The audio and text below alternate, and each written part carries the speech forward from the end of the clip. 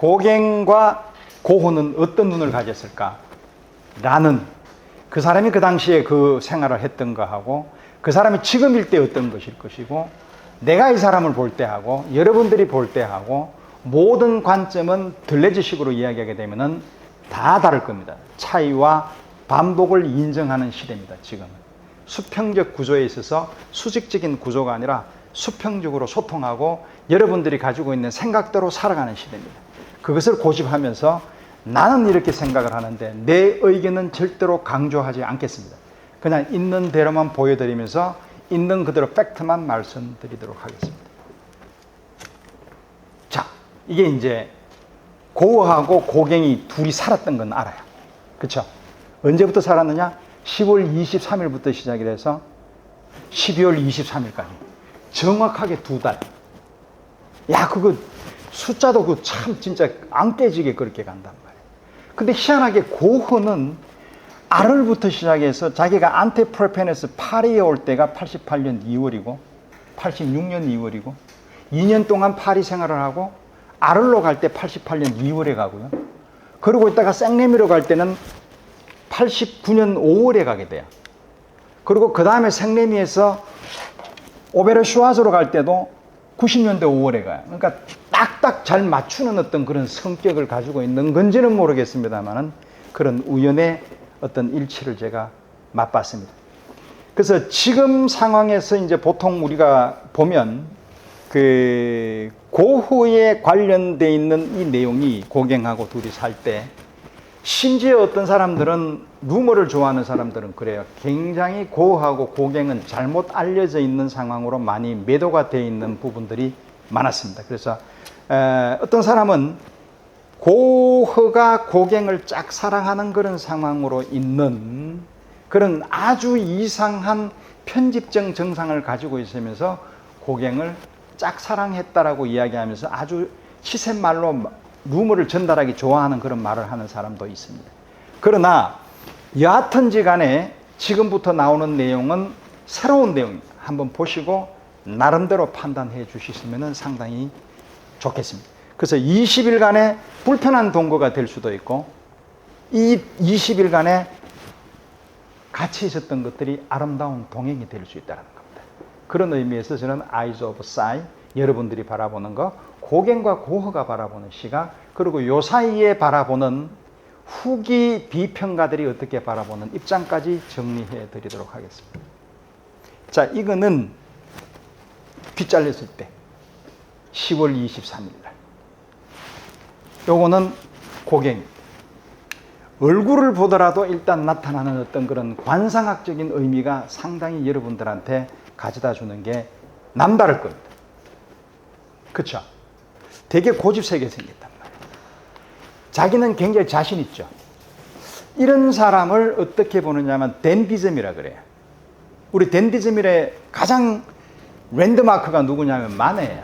옷 잘 입고 드가. 이 사람들은 내가 가지고 있는 게 최고입니다. 그러니까 엘리트주의적인 어떤 상황이 굉장히 셉니다. 그래서 뭔가를 아방가드를 하는 어떤 그런 상황을 갈 때 빅토르 위고부터 시작해서 그때 자기네들끼리 카페에서 모여서 얘기할 때는 자기가 최고라고 생각을 하면서 얘기하는 겁니다. 그리고 그 당시에 벌써 이미 프랑스에서는 19세기 중반입니다.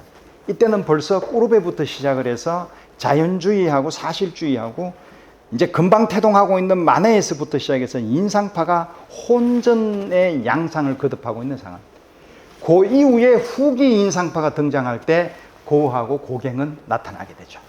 자, 그런데 이 사람들의 나타나는 눈빛만 보더라도 일단은 어떤 것이냐라는 것은 증명되어 있을 겁니다.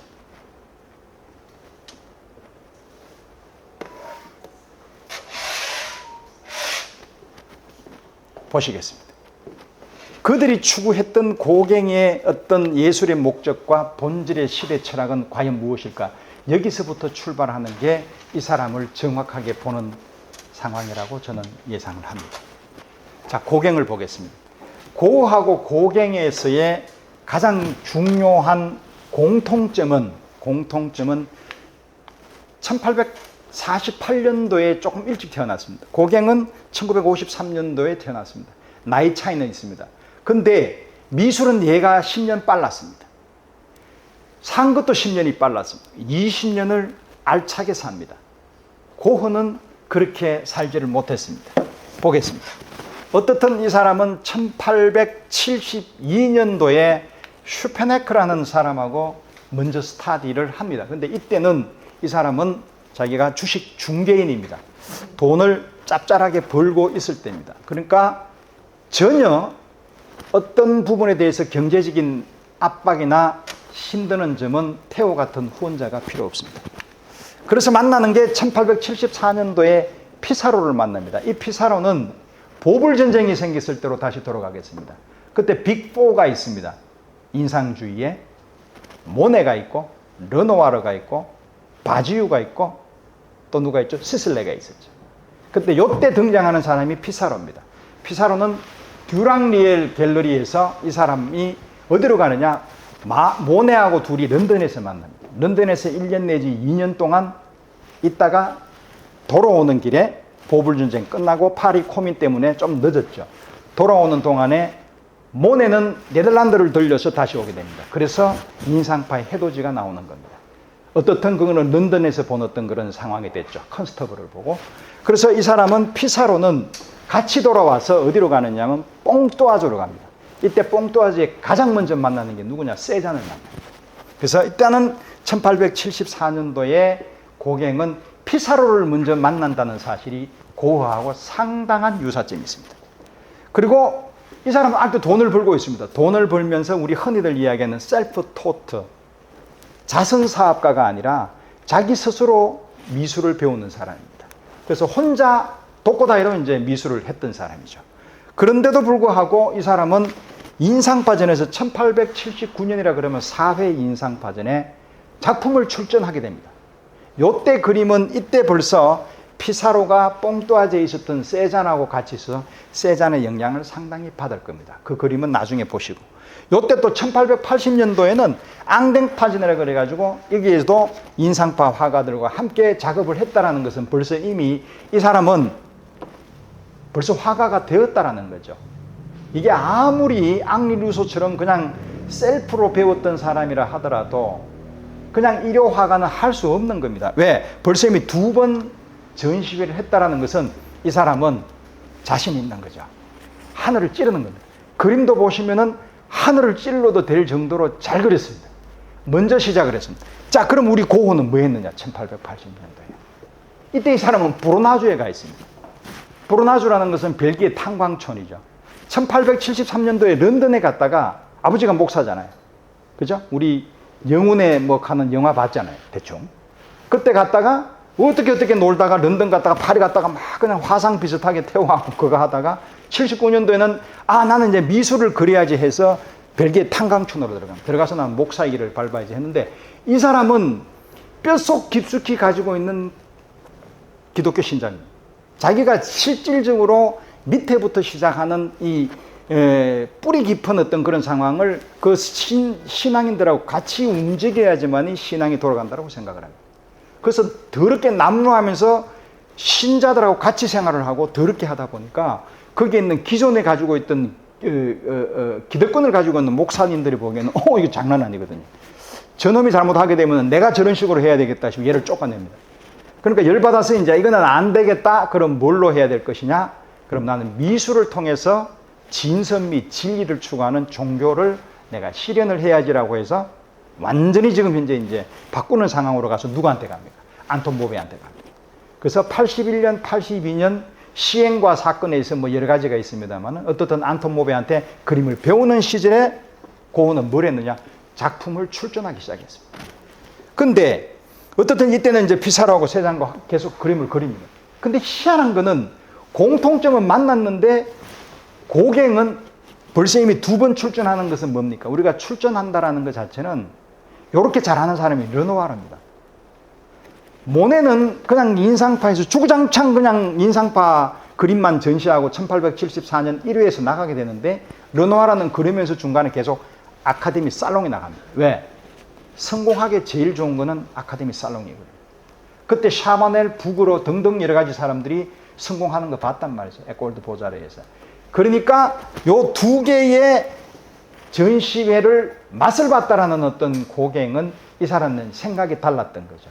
그래서 피사로하고 그리면서 이 사람은 누구 편으로 돌아가느냐?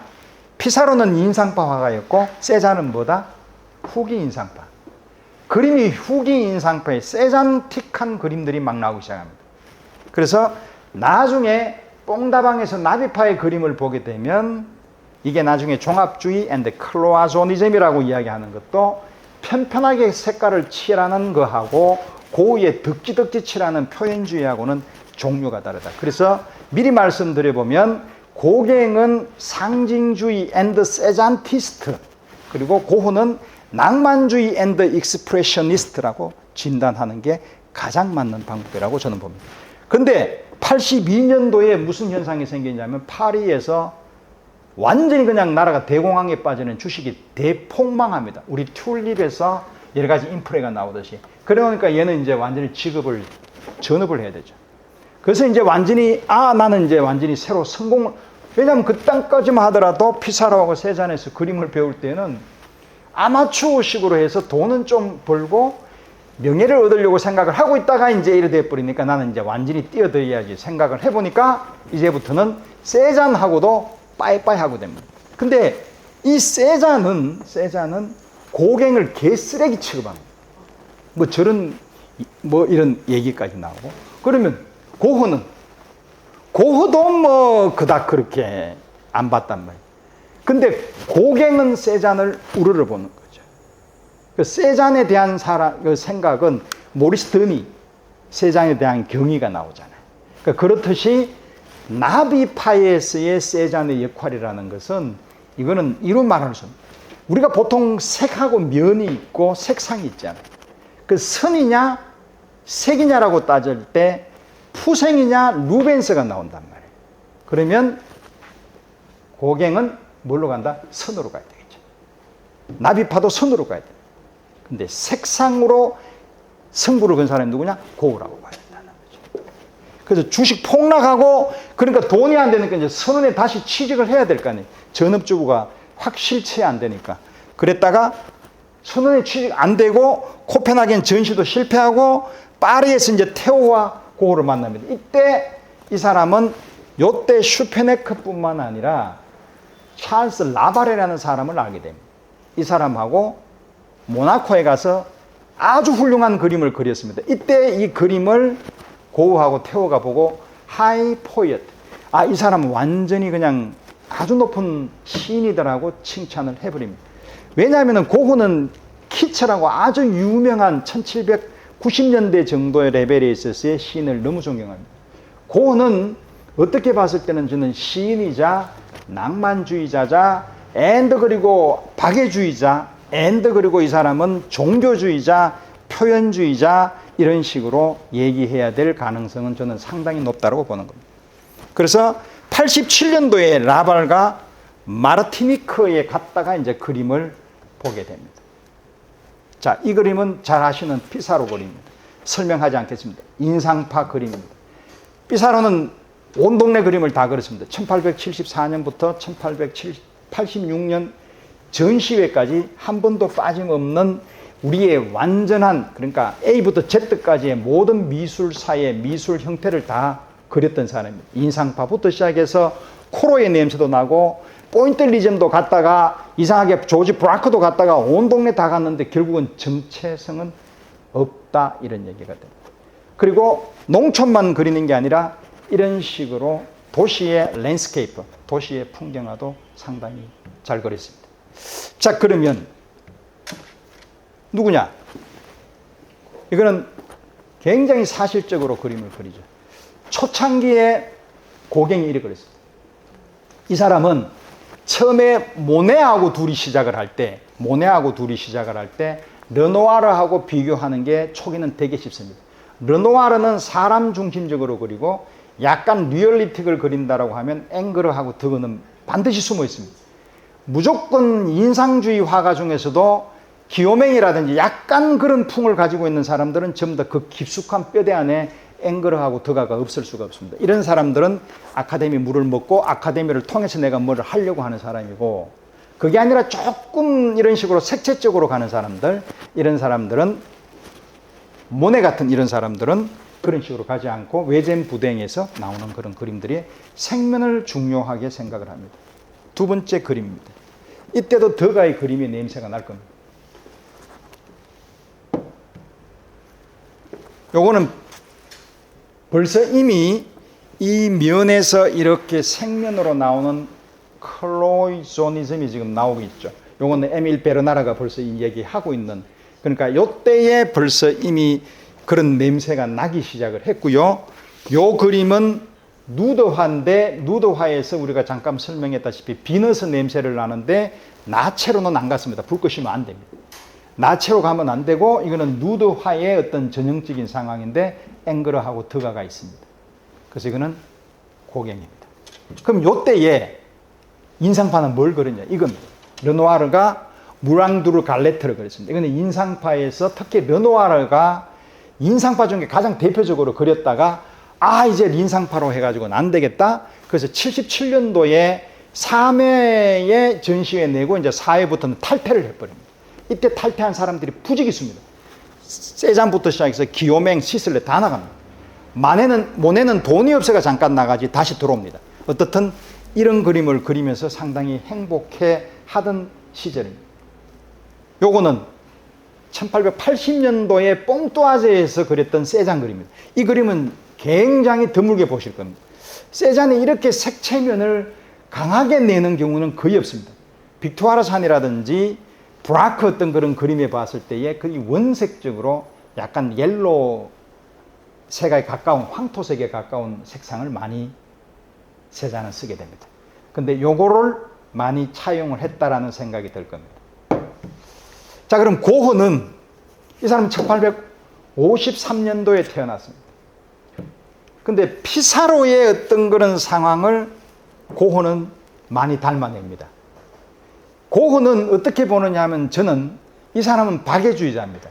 모든 것을 다 땡기려고 하지는 않을 겁니다. 그러나 피사로의 그림에 대한 것도 늘 깊게 보는데, 특히 이 사람은 자연, 땅, 사람, 특히 농부에 대해서는 예술적으로 가지고 있는 어떤 그런 이전의 종교적인 가치를 가지고 있는 사람입니다. 아버지, 엄마입니다. 굉장히 인자하게 생겼죠. 혹시 고갱의 어머니를 보신 적이 있는지 모르겠습니다만은, 제가 찾았는데 그걸 가져오면 시간이 들릴 거여서 안 했는데 상당히 다릅니다. 굉장히 조금 현실적으로 생겨서 속된 말로 돈을 좀 아는 듯한 그런 느낌이 있는 분으로 보입니다. 굉장히 진실되게 생겼고 진정성이 느껴지는 얼굴입니다. 이거는 제가 공부한 부분입니다. 네, 진정성이 느껴지는 아버지 엄마. 자, 그림을 이렇게 그렸습니다. 이 그림은 안톤 모베에서, 안톤 모베가 헤이그파잖아요. 그렇죠?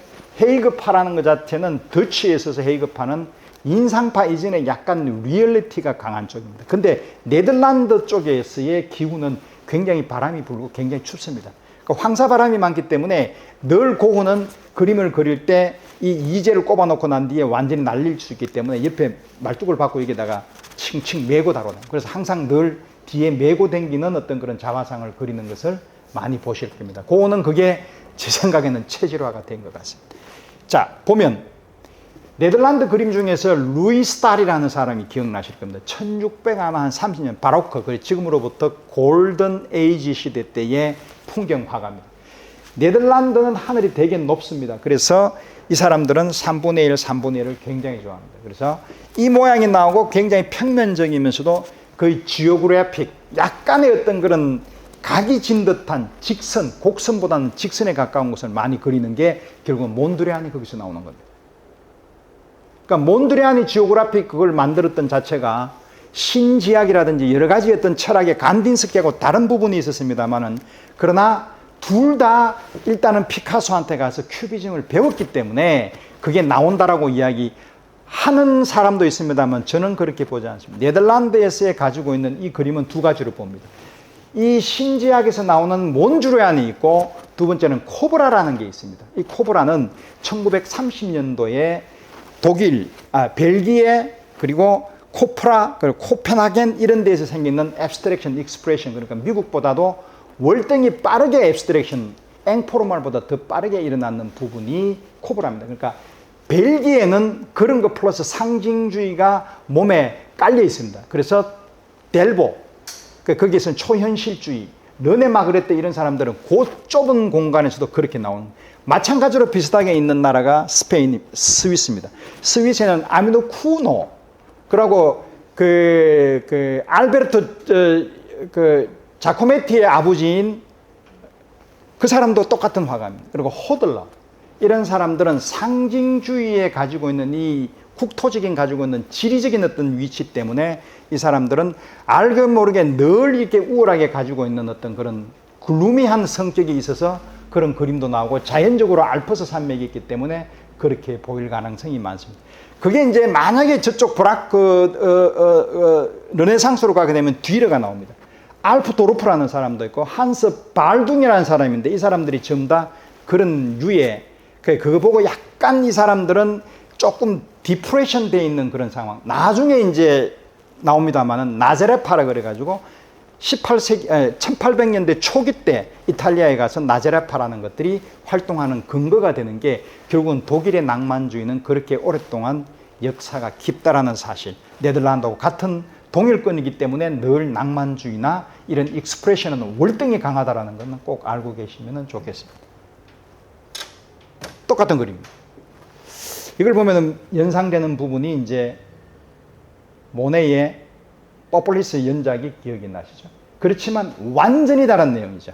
굉장히 리얼리티가 살아있고 고흐는 원래 뼛속 깊숙이부터 시작해서 옐로우 컬러에 대해서는 너무나 이 집착하는 그런 게 있는데 이게 태양하고 똑같은 색이고 그게 자기의 어떤 정체 앤드 본질이라고 이 사람은 생각을 합니다. 이거는 잘 아십니다. 뉘넨에서 그렸고 이제 그 다음에 안테프레펜을 들려서 거기에서 아카데미에서 공부 2달 하다가 이제 다시 파리로 오게 됩니다. 파리 왔습니다. 몽티셀리는 이 사람이 굉장히 이 사람도 보면 그림이 임파스토가 아주 띡하다라고 이야기하는 이 사람이 옐로 컬러 너무 좋아합니다. 누구만큼 좋아하느냐? 옐로 컬러 좋아하는 사람이 델라크루아입니다. 델라크루아의 낭만주의는 이 몽티셀리에서 나온 겁니다. 그래서 우리가 그때 그 시절로 돌아가 보면은 루오도 같이 있습니다. 이 루오가 어디로 넘어가느냐 하면 샤임 슈틴으로 넘어가게 됩니다. 그래서 그때 넘어갔던 그것들이 앵포르만에서 그게 완전히 히트를 치고 거기에서 쭉 넘어가면 바젤리츠가 나옵니다. 그죠? 독일의 바젤리츠. 네. 그리고 아후바커. 오히려 나오는 리차르드 그 나중에 게르하르트 경우는 조금 다른 내용이니까. 어떻든 이런 상황에서 아주 화려한 그림을 그리게 됩니다. 자, 이거는 포인텔리즘입니다. 고흐가 그렸던 아를 카페입니다. 파리 카페입니다. 포인텔리즘은 이때 1886년도에는 완전히 광풍이 올 정도로 휘몰아쳤습니다. 1886년이 마지막 인상파전인데 이때 쉐라와 쉬냐기 이런 식으로 할 때 피사로도 같이 붙죠. 아들인 피사로도 같이 붙어서 포인텔리즘을 하게 됩니다. 이때 포인텔리즘은 대세라고 생각할 정도로 굉장한 각광을 받습니다. 그래서 이제 이 그림이 있는데 나중에 나오는 아를 카페하고 비교했을 때는 이거는 완전히 종류가 다른 붓의 스트로크가 변하게 됩니다. 또 이런 그림도 그립니다. 인상파적인 요소도 살짝 있습니다. 그러나 고흐는 여기에 있을 때부터 시작해서 그때 1886년, 87년은 세기 말 시대, 벨 에포크 시대. 향락적으로 목마르던 언덕 보면은 난리가 나고 막 그런데 매춘, 마약, 퇴폐 모든 산업화가 되면서 워낙 그 인부의 격차가 생기면서 이제 그 빈부 격차도 굉장히 심하게 되죠. 그러니까 우리 도미의 그림을 보게 되면은 그런 불합리한 밑에 사람들에 대한 어떤 그런 행위들 이런 것들이 있었던 시절인 거죠. 그때에 벌써 이미 고흐는 내가 여기에서 살 곳은 못 된다라고 생각을 하고 벌써 이미 유토피아를 생각하는 거죠. 그래서 고흐가 만약에 파리 생활을 하지 않았다라 그러면 이 사람이 아르에 가서 유토피아를 만들려고 하지는 않았다라는 겁니다. 그래서 인생에 불편한 동거가 아니라 저는 아름다운 동거를 약간의 어떤 그런 뉘앙스를 줍니다. 이것도 보면 몽티셀리 냄새가 상당히 진하게 납니다. 그렇지만 고흐의 전형적인 어떤 그런 뭐라 그럴까 표현이나 본질을 나타내는 어떤 그런 쪽으로는 아직까지 발달하기 전입니다. 아직까지는 그게 혼재되어 있는 루오도 살아있고 그렇게 그런 상황으로 갑니다. 이때 그러면 고갱은 뭐 했느냐? 요때 84, 85 베르나르 만나고 찰스 라발 만나고 한이라는 사람하고 뽕다방에서 이제 왔다 갔다 그리면서 이제 그림 그리는 그런 시절입니다. 이때 설교 후라는 어떤 그런 그림들 우리 많이 보셨죠. 여기에서 보면 현실적으로 나타나는 브리타뉴의 여인들하고 상상 속에 보이는 엔젤하고의 어떤 그런 컴비네이션이라는 거죠. 자, 이걸 뭘로 봐야 될 것이냐? 고흐 그림에서 나타나는 84, 85년도에 리얼리티가 나타나는 게 아니라 이 사람은 이런 그림을 그리는 거죠. 이걸 뭘로 봐야 되냐? 상징주의라는 거죠. 자, 상징주의라는 것 자체는 고갱은 머릿속에 이미지를 새겨놓고 그거를 스튜디오나 자기 집에서 생각하면서 그릴 수가 있습니다. 외강판은 아니죠. 밖에 나가서 그림 그리는 상황이 아니다 보니까 이런 그림이 가능했던 겁니다. 그래서 아르레스도 이런 식으로 진우 부인을 그렸던 이미지를 자기는 가지고 있습니다. 매뉴얼이라는 거죠. 가지고 있다가 생각나면 그거 보고 다시 비슷하게 어느 귀퉁이에 집어넣는 거죠. 그렇다라는 것을 고흐는 절대로 용납이 안 되는 겁니다. 이 사람은 실지가 되지 않으면은 자다가도 벌떡벌떡 일어나는 사람이고 요만큼의 양심의 어떤 가책이라는 것도 이건 있을 수. 그러면 사창가는 어떻게 될 것이냐? 사창가는 옛날 그 시절에서는 예술가하고 비슷하게 고통받는 어떤 그런 상황을 사창가에 있는 여자하고 똑같이 동급으로 취급을 합니다. 그러니까 고흐의 느낌은 굉장히 어떤 다른 일상적인 생활에서는 굉장히 이 사람은 보수주의자인데 그 부분만큼은 매춘에 대해서는 굉장히 열려있단 말이에요. 그래서 제가 그게 이해가 안 됐는데 그 시기가 문학적으로 봤을 때 대부분 그런 식으로 가는 겁니다. 그래서 에밀 베르나르도 그렇게 같이 가는 겁니다. 그래서 고흐는 뭐라 그러냐면 나는 보수주의자지만은 사창가에 다니는 보수주의자 내지 목사라고 불러주면 좋겠다라고 얘기합니다. 그러니까 그거는 자기가 제가 봤을 때는 이렇게 뭔가 위안을 삼기 위해서 변명을 하는 게 아니라 그때 그 상황에서 일어나는 것들로 이루어졌는데 그거는 확실한 팩트인 것 같습니다. 자, 요 사람이 에밀 베르나르입니다. 이건 누가 그랬느냐? 잘 아는 로추렉이 그랬어요. 로추렉. 에밀 베르나르는 유일하게 고흐가 죽었을 때 장례식에 참석한 아주 의리 있지만 고갱하고는 완전히 치고받는 사람입니다. 자, 이런 그림을 그립니다. 요거는 누구 냄새가 좀 납니까? 세잔 냄새도 나죠. 세잔 냄새가 많이 나는 사람들 중에 하나가 앙리 마티스도 이런 냄새가 나죠. 근데 앙리 마티스는 결국은 어디로 가느냐? 자기가 포인틀리즘에서 거기서 나오는 색의 어떤 향유를 느끼면서 이 사람은 완전히 그냥 포비즘으로 가버린단 말이죠. 그래서 색보다 선보다는 색을 선택한 사람이 앙리 마티스다라고 보시면 될 것 같습니다. 이거는 보니까 이거는 완전히 세잔이 막 그냥 주렁주렁합니다. 그래서 이런 식으로 전체적인 볼륨이나 굉장히 편명적인 거. 그러니까 고흐하고 고갱의 다른 거는 상징주의는 2차원적인 결입니다. 평면화를 만들어서 가급적이면 허상으로 보이는 원근법이라든지 공감 어떤 그런 것들을 다 배제를 시켜버려요.